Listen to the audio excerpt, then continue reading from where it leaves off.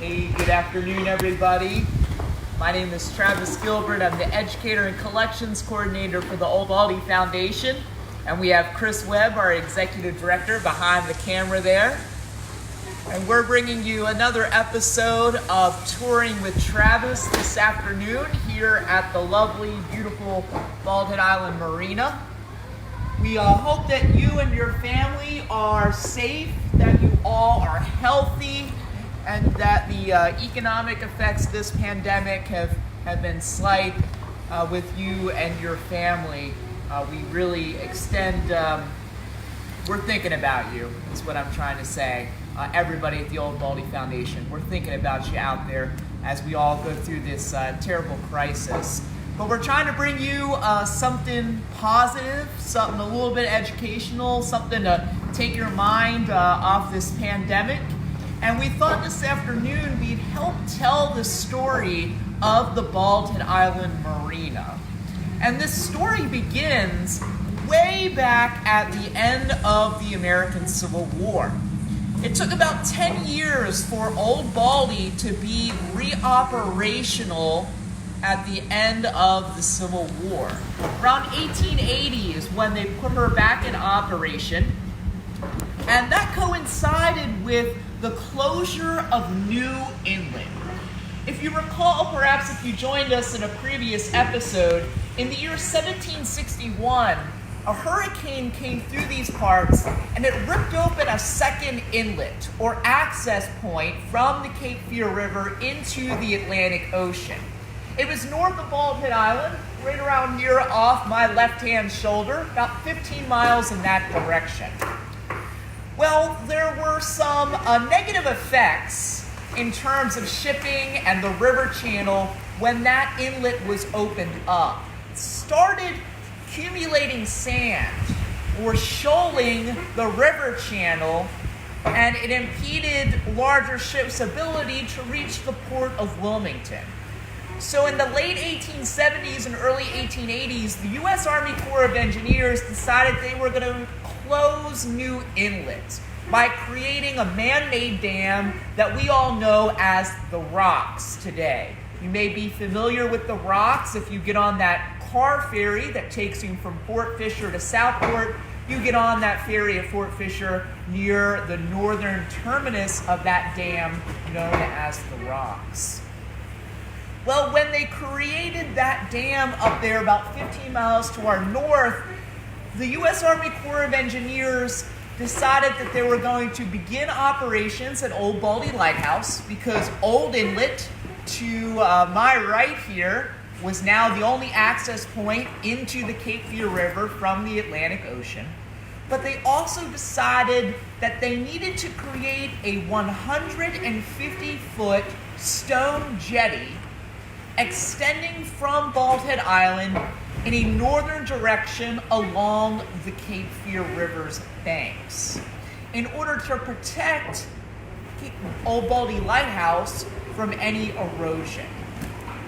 Well, 80 years of that 150-foot stone jetty created this sand spit, about a 10-acre spit of sand going from Baldy Island in a direction along the Cape Fear River.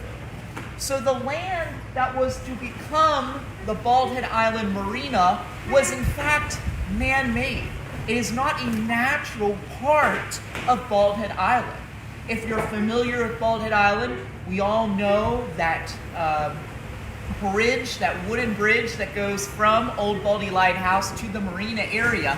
Anything on the Marina side of that wooden bridge is the creation of that 150-foot stone jetty that the U.S. Army Corps of Engineers constructed in the early 1880s. So if you're listening out there, follow along. I'm gonna follow along. Give us a shout out on the comments. Let us know where you're listening from, what your connection is to Baldy Island. We'd love to hear from you. If you have any questions, give us a shout out as well. We'll try to get those questions answered for you. Mackie Miller, oh, what a beautiful day you have. So happy for your great timing for your tour of the Marina. Couldn't agree more, Mackie. If you would have been here this morning, it looked awful. It was going to be another cold, rainy, dark, damp day. And just the heavens opened up at around 11 o'clock and it's turned into a beautiful day. And Donna, hey Donna, we've been a repeat offender there, so we're glad you're joining us again. So, roughly 80 years of that stone jetty forming a sandbar or a 10-acre spit of sand finds us in the late 1960s. Frank Sherrill, who is from Charlotte, owns Baldy Island, and he had owned this island since purchasing this island in the 1930s. There were various plans that Frank Sherrill had to create a resort on this island.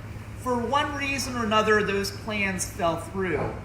Until the year 1970, Frank Sherrill sold this island to a brand new corporation called Carolina Cape Fear Corporation. This corporation buys the island on June 30th, 1970, and they immediately begin construction on a golf course. They survey the island into residential lots and begin marketing those lots to individuals so they can build a beach house out here. They begin construction on an inn, a small inn on South Beach with a small restaurant. And they know that this island is not going to reach its potential until they can create a marina and, most importantly, a reliable ferry service from the mainland to Baldy Island, so folks don't have to resort to using their own personal boats to get across that river in order to reach their homes or their future homes here on the island. Well, of course, in order to build a marina, they need to receive a permit from the U.S. Army Corps of Engineers.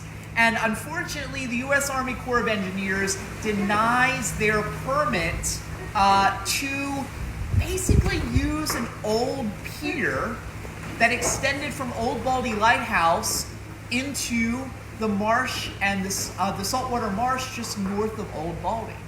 You see, that is how Old Baldy and its lighthouse keepers were resupplied. That's how they got to and fro from Old Baldy Lighthouse. They used that pier and they loaded up on that dock.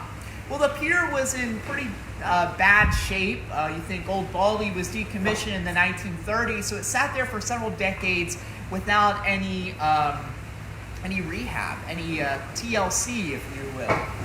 So Carolina Cape Fear Corporation, they thought, well, if we just rehabilitate that pier, we can use that pier just as many folks had done throughout the 20th century.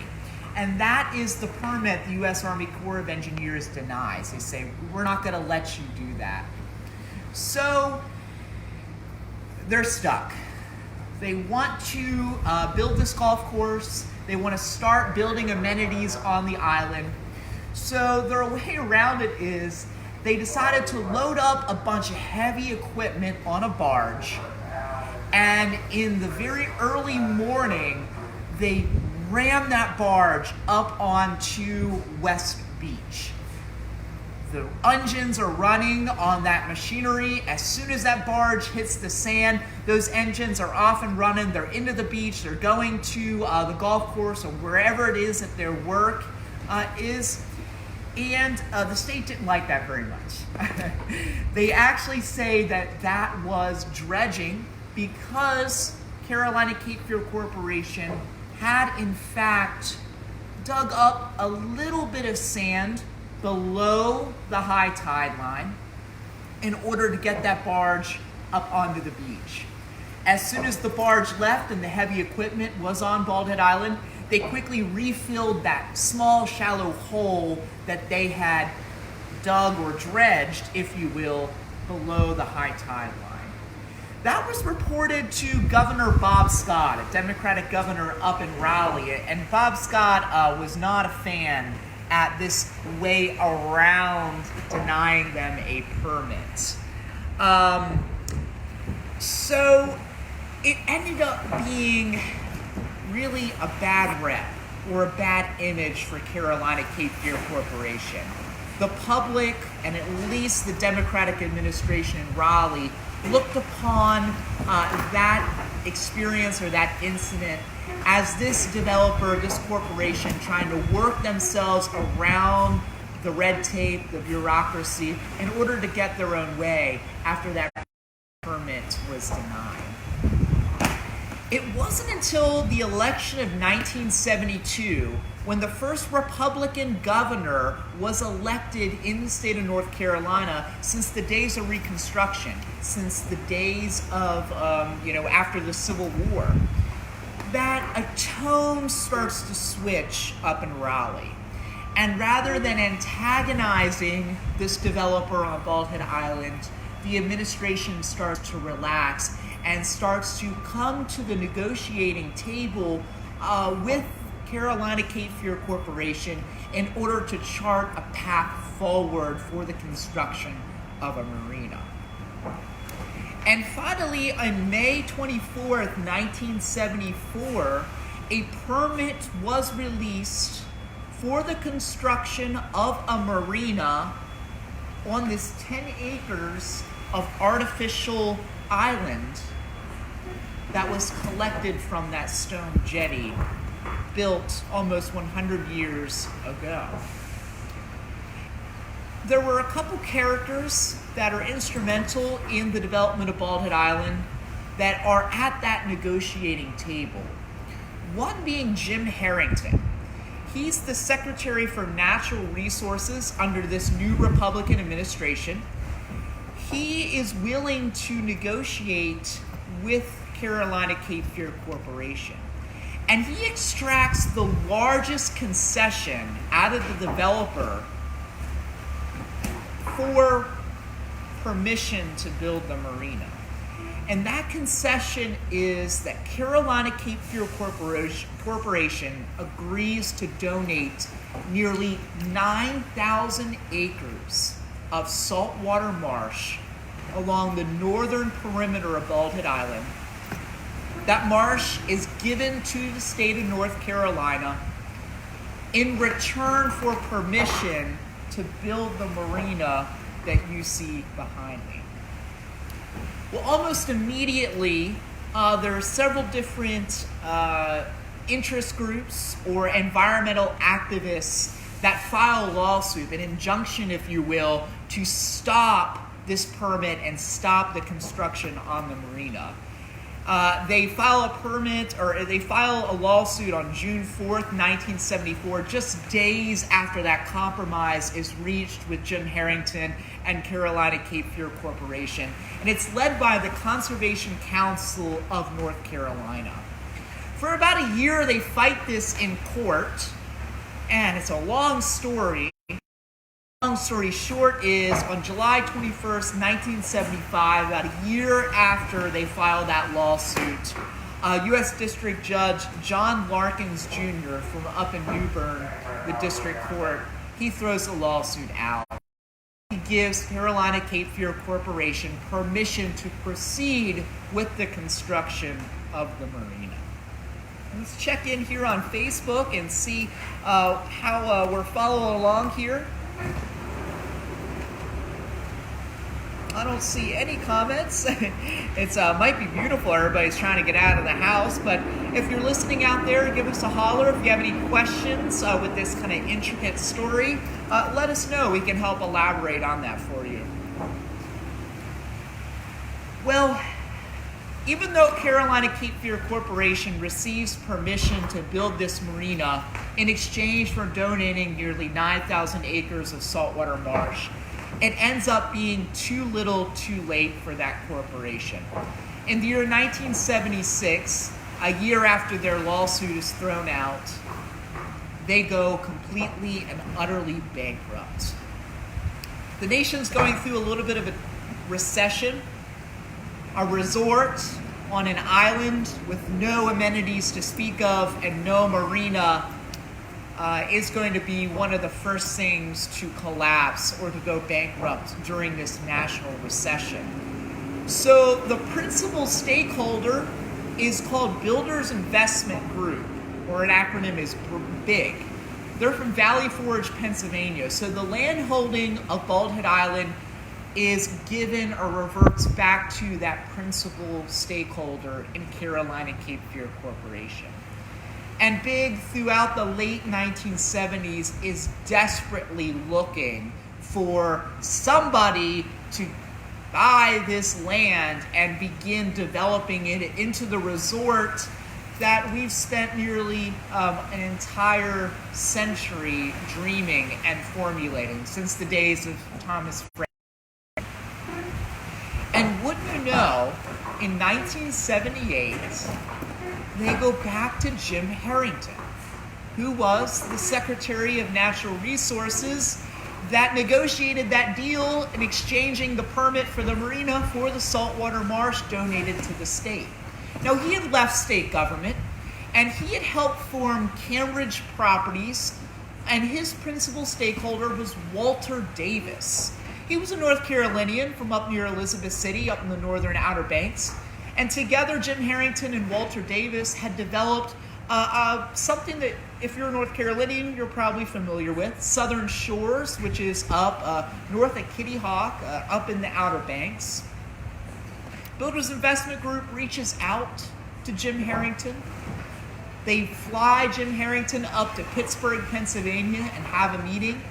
And eventually, Jim Harrington and Walter Davis purchase Bald Head Island from Builders Investment Group, form the Bald Head Island Corporation, and begin following up with where Carolina Cape Fear Corporation had dropped the ball during their bankruptcy.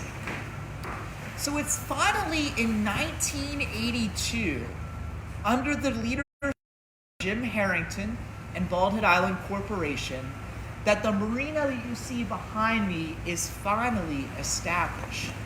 And in the comments, I'm going to share a photograph of Jim Harrington, Head 1, which is the first ferry that had service back and forth from Southport to Bald Head Island, cutting the ribbon with Thad Wester, an early homeowner here on Bald Head Island, inaugurating in 1982 the marina you see behind me.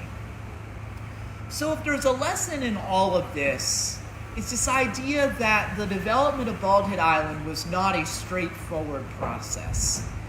As we learned last week with Thomas Franklin Boyd, there are a series of failed developers, for one reason or another, did not reach their dreams of creating a resort here on Bald Head Island.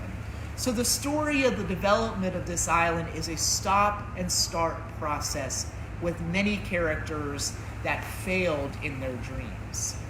And if there's a second lesson that we can take out of the story of the Bald Head Island Marina, it's this idea that any time that there is an amenity, like a marina, like an inn, like a home established on Bald Head Island, there is a concession given back to preserving the natural aspects of this island complex.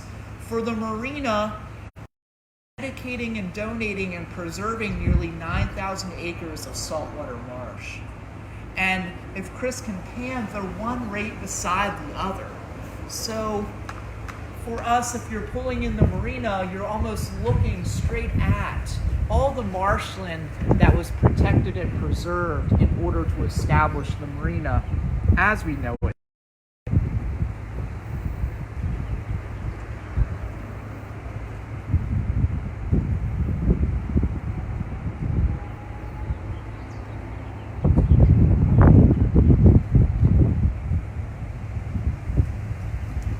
So if nobody has any questions for us, I know it's not the most fascinating story, but it's a very important story to the development of Bald Head Island. We do have a few announcements for you. On April 8th, we were supposed to have one of our kind of locally famous historic happy hours at Old Baldy Lighthouse. And unfortunately, since we cannot meet in person, we have decided that we're going to do it virtually through an application called GoToMeeting. So rather than having it on the grounds, we're going to meet virtually from the comfort of your home. You can gather together in front of your computer or your iPhone or whatever device you have with your cocktail of choice, and we are going to discuss the history and memory of the Bald Head Island boathouse that unfortunately we lost due to Hurricane Florence in 2018. So again, that is on April 8th. It's a Wednesday evening. You can find information online at oldbaldy.org in order to sign up for that historic happy hour that is now virtually. We're calling it virtually free, meaning that there's no cost in order to sign up since we cannot meet in person and since, it's BYOB. Also, you can access any future or any past videos on Instagram TV, on our YouTube page, or on the Facebook page you're accessing this video from. If you're listening into the future, feel free to comment away. We'll get back to you if you have any questions. We love to interact with our audience members from all across the nation. We're very glad to be bringing you a little slice of Bald Head Island while we're all scattered and weathering through this pandemic. So on behalf of the Old Baldy Foundation, thank you for joining us, and we'll see you tomorrow at 10 o'clock for another edition of Quarantine Collections. Oh, I'm getting one more.